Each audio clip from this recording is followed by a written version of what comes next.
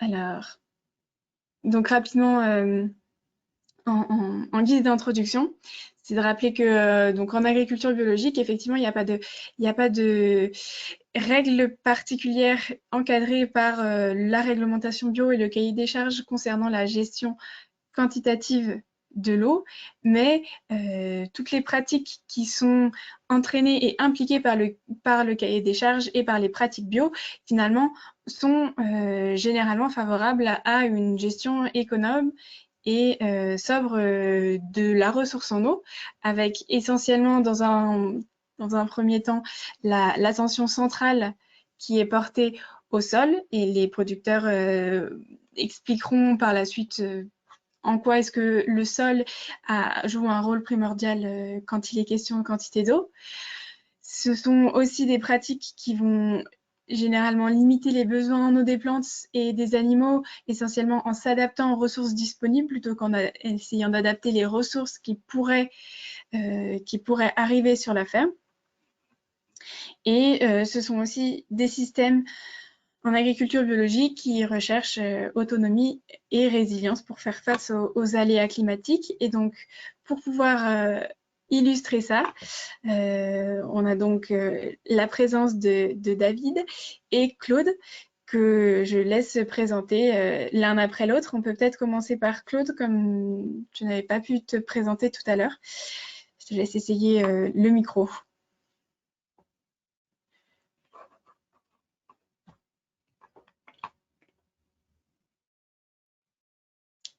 Alors...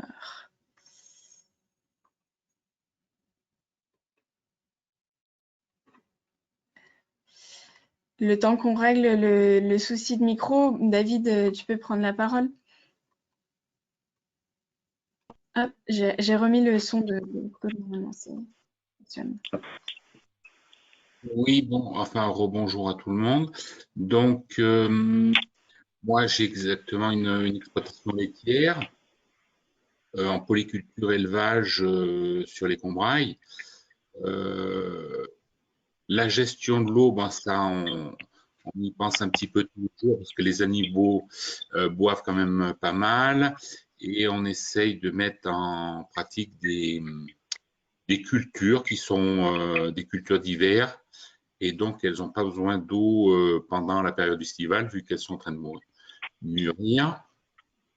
Après, sur les prairies, parce qu'on a pas mal de prairies, on fait avec l'eau de pluie qu'on a. Bon, donc, des périodes, ça va bien, on est arrosé, on peut récolter. D'autres, c'est un peu moins, c'est un peu plus tendu, comme quand il fait très chaud ou quand on a de longues périodes sans eau. Voilà. Donc, moi, j'essaye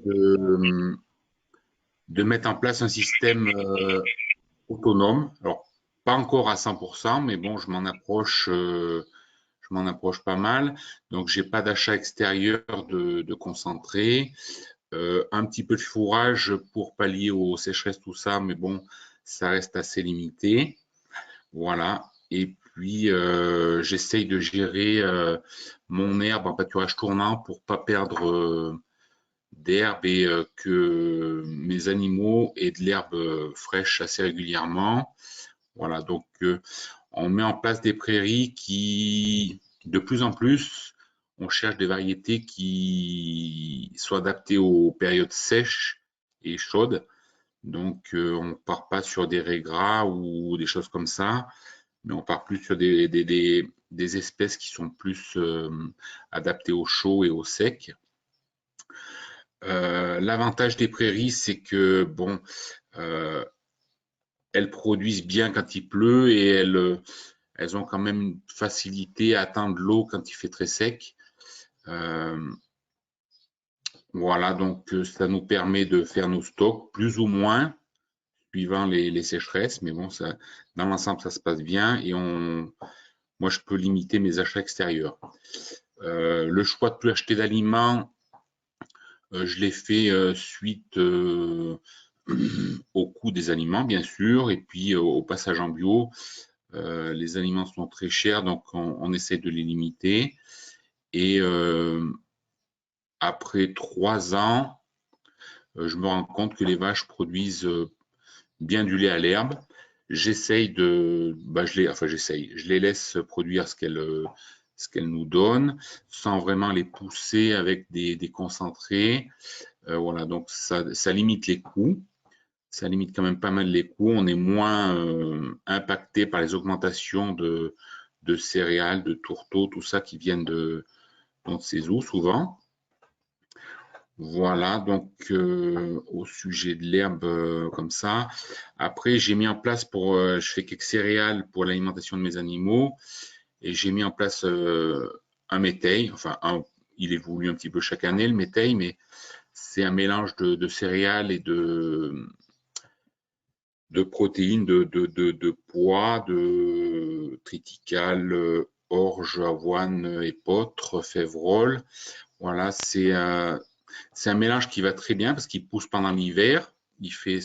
Ça pousse au printemps, l'hiver et le printemps. Et pendant la période sèche, il mûrit. Les semis sont assez denses, donc ça fait que les coups de chaud gênent pas trop le sol, vont pas sécher la terre en profondeur. Ça fait un volume de marchandises qui garde l'humidité au sol et donc la culture en souffre pas trop, comme des cultures annuelles qu'on pourrait semer au printemps et qui seraient impactées par un manque d'eau au mauvais moment. Après, ça nous permet de faire des bonnes récoltes de grains pour justement complémenter les animaux et être autonome au niveau céréales. Voilà donc ce que je peux dire sur mes pratiques. Après, j'essaye de valoriser les bacs que j'avais sur l'exploitation pour l'abreuvement des animaux. Ça m'évite d'emmener l'eau et ça m'évite de prendre l'eau sur le réseau. Donc, j'entretiens mes bacs dans les parcelles pour que les vaches puissent boire proprement sans aller dégrader les cours d'eau. Voilà, après, je sais pas. David, est-ce que tu peux préciser quelles sont les sources d'eau sur la ferme? D'où Bah, provient l'eau, généralement celle qui arrive et sur les cultures et pour l'abreuvement des animaux? Est-ce que c'est essentiellement de l'eau de pluie ou est-ce que tu as de l'eau les d'irrigation? cultures, les prairies, c'est de l'eau de pluie, voilà, tout simplement, qui tombe, voilà. Après, pour le bâtiment de l'exploitation, on dépend d'une ASA qui alimente l'eau de village. Et après, les bacs dans les prés, c'est de l'eau qui coule naturellement et qui est déviée dans des bacs pour ce que je disais, pour que les points d'eau soient propres et voilà. Parce qu'on se rend compte assez facilement que les animaux, quand elles vont boire directement dans les cours d'eau, elles abîment les berges, elles salissent l'eau. Tandis qu'avec des bacs, bon, c'est quand même beaucoup mieux pour tout le monde. Voilà. Et ça évite d'aller prendre un tracteur pour amener l'eau dans les prés, perdre du temps. Et voilà, on est sûr qu'il y a de l'eau. Alors, c'est pas un système parfait parce que bon, les sources, c'est des sources de surface. Et quand il fait très chaud l'été, bon, ben, elles réduisent, voire elles s'arrêtent. Donc, bon, parfois, il faut quand même aller amener de l'eau du réseau. Mais c'est assez ponctuel et limité, je trouve, pour l'instant. Voilà. Et tu disais aussi que tes animaux, en termes de quantité de lait, c'est aussi une productivité qui est moindre par rapport à des attentes que pourraient avoir des producteurs en conventionnel. Comment est-ce que ça te permet de gérer aussi la quantité d'eau qui est présente sur la ferme? Euh, Enfin, disons que j'ai une production de lait en dessous de 6000 litres, enfin 5005, 6000. Ça me semble assez bien pour en production bio par rapport à des collègues qui, avec des concentrés azotés, vont monter à 7, 8 ou voire 9000. Qu'est-ce que je fais? Je fais rien de particulier. Euh, je ne sais pas quoi répondre en fait là-dessus. Non, je fais rien de particulier. En fait, je prends le lait qu'elles ont, je les pousse pas plus que ça. Après, voilà. Mhm.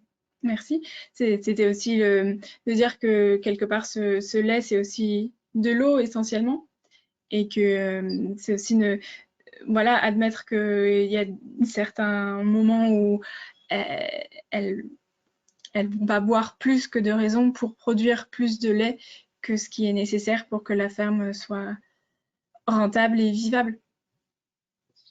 Ben après, bon, je suis assez d'accord avec ce qui avait été dit tout à l'heure. Bon, les vaches en moyenne, elles sont bien à 40 litres d'eau par jour. Après, on se rend compte quand il fait très chaud, les vaches boivent quand même plus. Après, si elles font plus de lait aussi, c'est évident, mais c'est un choix que j'ai fait pour être économe et autonome. Après, est-ce que c'est le bon choix? Je suis peut-être pas assez qualifié pour le dire, mais enfin, c'est le mien en tout cas. N'hésitez pas s'il y a des questions qui vous viennent à les poser directement au cours du témoignage. Concernant le choix de certaines parcelles et les pratiques que tu mets en œuvre sur les parcelles de zones humides, est-ce que tu peux nous en dire un mot sur les caractéristiques de ces parcelles et ce qu'il y a comme inconvénient et comme avantage sur ces parcelles? Oui, on est sur enfin, je suis sur les Combrailles, on est en zone assez granitique, mais par contre, j'ai été gâté suite au remembrement, j'ai récupéré quand même beaucoup de zones humides. Alors au départ, j'ai crié à la catastrophe et puis vite, je me suis rendu compte que les années sèches, les zones humides étaient très pratiques et séchaient beaucoup moins vite que les autres parcelles. Donc ça, c'est des terrains qu'il faut entretenir tout le temps pour que l'herbe pousse et on ne se laisse pas envahir par les joncs, les arbres et d'autres plantes qui ne sont pas adaptées aux vaches. Euh, une année très humide, bon, on n'a pas beaucoup d'accès et si on y met les animaux, elles vont très vite abîmer ces prés. Par contre, une année sèche, c'est très pratique parce que ça reste vert et ça nous permet d'avoir de l'herbe. Alors ça marche si on tient ces parcelles propres parce que si on les abandonne ne serait-ce qu'un an, on voit très vite que la flore change, les joncs se développent assez facilement, les arbres, tout ça. Donc, c'est des parcelles sensibles, mais qu'il faut tenir, qu'il faut s'occuper régulièrement. Alors, les rases de moins en moins, mais bon, il y en a toujours quelques-unes où il y a beaucoup d'eau qui coule. Mais après, c'est surtout du nettoyage pour qu'on ait de l'herbe de qualité pour les animaux. Voilà. Donc, moi, maintenant, je m'en suis bien, je m'en sers bien de ces zones humides. J'en suis même content comme une année comme cette année. Voilà. Donc après, ça demande un peu de travail, ça demande peut-être de mettre un peu plus dans ces zones-là pour tenir le terrain, mais c'est très pratique les années sèches, ouais.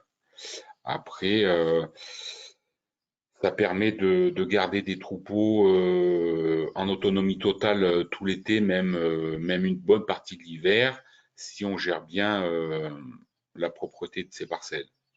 Après, c'est assez difficile et je ne le ferai pas. Ça serait assez compliqué d'aller labourer ou d'aller faire d'autres cultures sur ces parcelles-là. Mais bon, après, pour l'herbe des animaux, c'est très intéressant. Merci.